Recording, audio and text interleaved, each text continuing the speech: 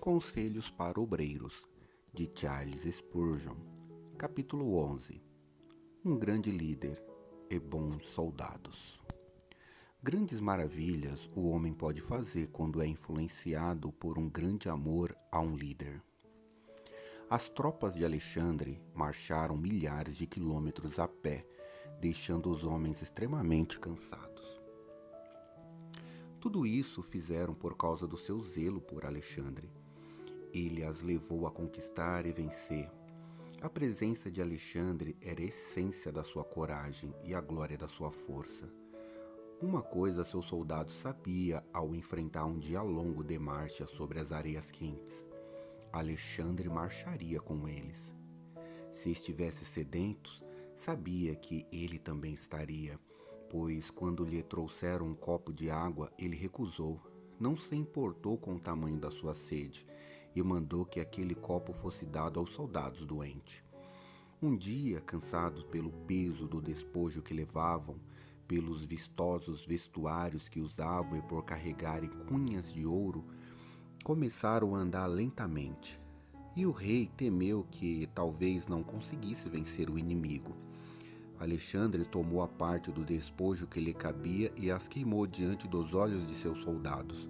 Ordenou que todos fizessem o mesmo, pois dessa forma poderiam prosseguir e perseguir o inimigo e ganhar muito mais. A porção de Alexandre está mais à frente, gritou ele, vendo o carregamento do rei em chamas. Seus soldados, alegremente, fizeram o mesmo. Ele fez o que ordenava que os outros fizessem. Na negação de si mesmo e na privação, ele foi parceiro de seus companheiros de guerra. Nosso Senhor e Mestre age conosco da mesma maneira. Ele diz: renuncie aos prazeres pelo bem do próximo. Negue-se a si mesmo e tome a sua cruz. Sofra, embora essa provação possa ser evitada. Trabalhe, embora possa descansar. Mas a glória de Deus demanda sofrimento e labuta. Não lhe foi dito e não lhe foi dado um exemplo? Quem, sendo rico, tornou-se pobre por vossa causa para que fosses enriquecido por sua pobreza? Ele se despiu de todas as coisas para que pudesse nos vestir com sua glória. Quando servirmos a um líder como esse em sinceridade de coração, somos inspirados pelo seu espírito. E a murmuração, a reclamação, o cansaço e a fadiga desaparecem.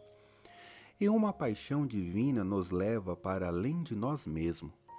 Creio que um grande número de trabalhadores não gostaria de julgá-los por isso. Sempre procura descobrir qual é o mínimo que precisa fazer para receber seu salário. E não se pergunta, quanto posso dar em troca do meu salário? Mas sim, qual é o mínimo que eu posso dar? Qual é o trabalho mínimo a ser feito para que eu não seja demitido por preguiça?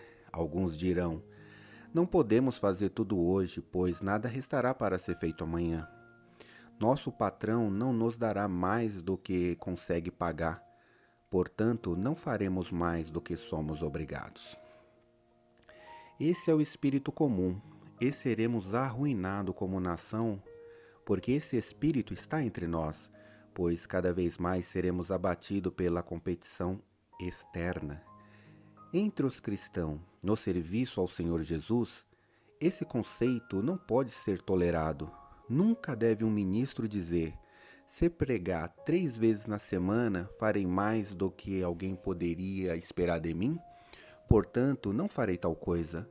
Nunca será certo dizer: sou professor da escola dominical, e se chegar na classe na hora certa, alguns de vocês não chegarão, e terminar a aula exatamente na hora, não precisarei procurar nenhum aluno durante a semana. Não quero ser incomodado, e farei exatamente o que se espera de mim, nada mais. Contaram-me que, em determinada cidade, havia uma mulher, esposa de um comerciante, que cortava a ameixa ao meio porque temia que um pacote passasse mais que outro. Então o povo do lugar começou a chamá-la de Dona Ameixa Partida. Há muitas donas ameixas partidas na religião. Não querem fazer mais do que o necessário por Jesus. Gostam de dar a quantidade certa, mas ficam entristecidas se tiverem que dar mais. Ora, quando percebemos que estamos servindo ao Senhor Jesus Cristo, adotamos uma escala muito mais liberal e jamais calculamos quanto unguento será suficiente para os seus pés, mas damos a Ele tudo que o nosso frasco contém. É isso que você diz? Por favor, traga-me a balança, porque este unguento é caro demais e devemos ser econômicos. Cuidado com cada centavo, cada miligrama e cada pingo, pois o nardo é muito precioso. Se essa é a sua maneira de calcular a sua oferta, ela não vale um figo podre. Observe o caso da filha amorosa, narrada nos evangelhos. Ela quebrou o frasco e derramou tudo o que tinha sobre o Senhor. Parafraseando Judas, ele teria dito: seu gesto foi um ato de desperdício. João 12:5. Foi Judas quem falou, de modo que você pode perceber o valor da observação. Os servos de Cristo têm prazer em dar muito, a ponto de outros acharem que aquilo que fazem é um grande desperdício. Eles, porém, acreditam que, no momento em que os outros julgam seus atos por Cristo extravagante,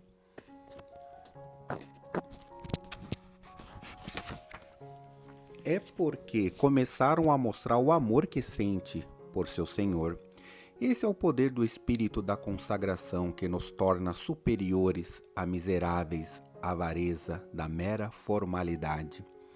O trabalho está bom o suficiente? Disse um de seus servos. O homem replicou: está suficiente para o preço e bom para o tamanho para o homem que vai recebê-lo. É assim que funciona quando servimos aos homens. Talvez julguemos de forma correta, mas quando o serviço diz respeito a Cristo, eu lhe pergunto: há algo bom o suficiente para Ele? Poderíamos ser zelosos continuamente nesta oração? Poderia não cessar? Nossos esforços não saberem o que vem a ser descanso? Poderíamos dar a todo o nosso tempo riqueza, talento, oportunidade? Poderíamos morrer como mártir milhares de vezes, pois o amado de nossa alma não merecia muito mais? É claro que sim. Portanto, a autocongratulação foi banida para sempre. Depois de tivermos feito tudo, ainda sentiremos que nada é comparável ao mérito de Jesus e seremos humilhados só em pensar no assunto. Fazer tudo por Jesus estimula o zelo e provoca a humildade, uma mistura agradável que tem feito profícuos. Fazer tudo para Cristo produz um resultado incrível. Você será imune à busca pelo conhecimento, que é a doença de muitos. Um sério problema do cristão é não conseguir fazer algo, a não ser que o mundo todo comente a seu respeito. Ele é como a galinha da fazenda que se sente tão orgulhosa de chocar os ovos que cacareja até que todos comentem a novidade. É assim com alguns professores, seus trabalhos têm de ser publicados, ou não fazem, nunca mais. Certa vez, um desses professores disse: trabalho aqui nesta escola há anos e ninguém jamais me cumprimentou por isso. Creio que algum de nós fizemos muito, porém somos poucos notados. Isso é uma vergonha. Se você estiver fazendo serviço para o Senhor, não deve comentar a respeito. Seu objetivo tem de ser outro. O verdadeiro servo do Senhor dirá: não quero ser a manchete do dia. Fiz para o meu mestre que estou contente, porque ele me vê. Tentei agradá-lo, sei o que eu fiz, portanto não preciso de mais nada. Já recebi o que buscava. Não procuro o louvor dos homens, pois creio que ele embaçará a prata pura das minhas obras. Se você procurar a glória dos homens, com toda a probabilidade irá falhar no presente e certamente vai perdê-la no futuro, mais cedo ou mais tarde. Muitos homens estão mais dispostos a criticar do que elogiar, e esperar pelo louvor deles é como procurar açúcar em uma raiz de absinto. O homem julga de modo injusto e parece que faz isso de propósito. para condenar todos nós, de uma forma ou de outra. Se um irmão tem voz baixa, os críticos dizem: "Oh, sim, uma bela voz de baixo", mas ele não consegue cantar os agudos. Outro se destaca como barítono e eles dizem: "Sim, sim, mas preferimos um tenor". Quando encontramos um tenor, criticando-o porque ele não consegue cantar o baixo. Ninguém pode ser sinceramente elogiado, mas todos devem ser barbaramente censurados. O que o grande mestre dirá sobre isso? Por acaso ele não vai julgar assim? Eu dei a este homem uma voz de baixo e ele canta baixo, e foi isso que eu quis que ele fizesse. Eu dei a este outro homem uma voz de tenor e ele canta como tenor, e foi isso que eu quis que ele fizesse. Eu dei àquele outro uma voz de barítono, e ele canta como barítono, e assim assume a parte que eu queria que ele assumisse. Todas as partes misturadas compõem uma música doce para os meus ouvidos. A sabedoria justifica seus filhos, mas a loucura culpa-os todos. As opiniões e críticas dos nossos companheiros perdem a importância quando lembramos de que aquele que nos fez do jeito que somos, o que nos ajuda por sua graça para que façamos nossa parte, não nos julgará do mesmo modo que os homens criticam ou elogiam, mas nos aceitará de acordo com a sinceridade do nosso coração. Se pensarmos: "Eu não estava trabalhando para você, estava trabalhando para Deus", não ficaremos muito magoados por observações dos nossos vizinhos. O roxinol encanta os ouvidos da noite. Um tolo passa e diz que odeia aquele barulho desagradável. O roxinol continua cantando, pois jamais entrou na cabeça ou no coração do pequeno menestral que ele pudesse estar cantando para os críticos. Ele canta porque aquele que o criou lhe deu essa doce faculdade. Então, podemos responder àqueles que nos condenam: "Não vivemos para vocês, vivemos para o nosso Senhor". Deste modo, evitamos o desânimo causado pelas críticas negativas e pela censura dos invejosos. Se aquele que procuramos alcançar não forem salvos, não significa que tenhamos falhado completamente, pois não ensinemos ou pregamos tendo a conquista de almas como ultimátum absoluto do nosso trabalho. Fizemos isso com o objetivo de agradar Jesus, e ele se agrada com a fidelidade, mesmo quando não é acompanhada de sucesso. A obediência sincera é o seu prazer, mesmo que não conduza a nenhum resultado aparente. Se o Senhor designasse seu servo para arar o mar ou semear na areia, ele aceitaria seu serviço. Se tivermos que testemunhar a madeira e a pedra sob o nome de Cristo, os nossos ouvintes forem ainda piores do que blocos de mármore, e se voltarem contra nós e nos despedaçarem, ainda assim podemos nos encher de contentamento, porque teremos feito a vontade do nosso Senhor, e o que mais desejamos além disso, avançar penosamente sobre o peso do aparente fracasso, que é das mais aceitáveis obras da fé, e quem consegue fazê-lo ano após ano está certamente agradando a Deus. Vamos ter que nos afastar de nosso trabalho em breve, assim nos dizem, e tendemos a nos preocupar com isso. A verdade é que vamos continuar com o nosso trabalho para sempre, se nosso serviço for agradável ao Senhor. Vamos agradá-lo lá em cima de uma forma ainda melhor do que fizemos aqui. E mesmo que a nossa tarefa aqui pareça ter chegado ao fim, aos olhos dos homens, nós a realizaremos para o Senhor. E o nosso registro está no céu, portanto, não está perdido. Nada do que é feito para Jesus será destruído. A flor pode murchar, mas seu perfume permanece. A árvore pode cair, mas seu fruto é armazenado. O cacho pode ser esmagado, mas o vinho é preservado. A obra e o seu lugar podem desaparecer, mas a glória que o trouxeram a Jesus brilha como as estrelas para todo sempre.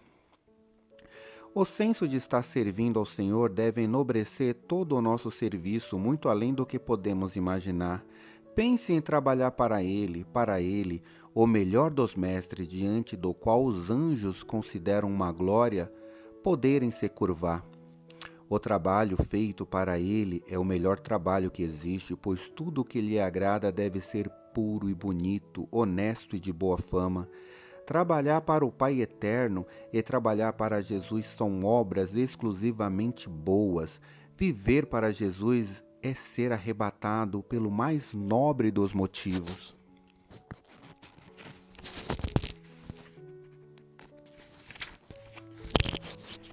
Viver para o Deus encarnado é unir o amor a Deus e o amor à humanidade em uma única paixão. Viver para o Cristo eterno é elevar a alma, pois os seus resultados serão mais duradouros. Quando todas as outras obras se dissolverem, essa permanecerá. Há aqueles que anseiam em criar pinturas eternas, mas nós, de fato, produzimos uma obra eterna. Em breve, todos os mundos contemplarão a nobreza do serviço de Cristo, pois ele trará consigo a mais abençoada de todas as recompensas. Quando os homens olharem para trás e virem o que fizeram por seu semelhante, como será a pequena recompensa de uma vida patriótica? O mundo logo se esquecerá de seus benefícios, quando nasce em meio à riqueza e sob os aplausos dos homens, mas no fim da vida se veem abandonados, morrendo de fome a caminho do túmulo. Aquele que espalhou ouro no início implora por uma moeda no fim. O mundo o chamava de generoso enquanto ele tinha algo para dar, mas depois de haver doado tudo é criticado por sua imprudência. Quem vive para Jesus nunca terá que reclamar de seu Senhor, pois ele não desampara os seus santos. Nunca homem algum lamentou o que fez para Jesus, exceto talvez não ter feito 10 vezes mais. O Senhor jamais abandonará seus antigos servos. Ó Deus, tu me ensinaste desde a minha mocidade, e até aqui tenho anunciado tuas maravilhas. Agora que estou velho, de cabelos brancos, não me desampares. Salmo 71, verso 17 e 18. Essa era a oração de Davi, e ele estava confiante, seria ouvido. Todo servo de Cristo pode ter essa mesma certeza. Ele pode ir imperturbável para o túmulo, pode, sem medo, subir e entrar pelas portas assombrosas e solenes do mundo eterno, pois o serviço de Cristo cria heróis que desconhecem o medo.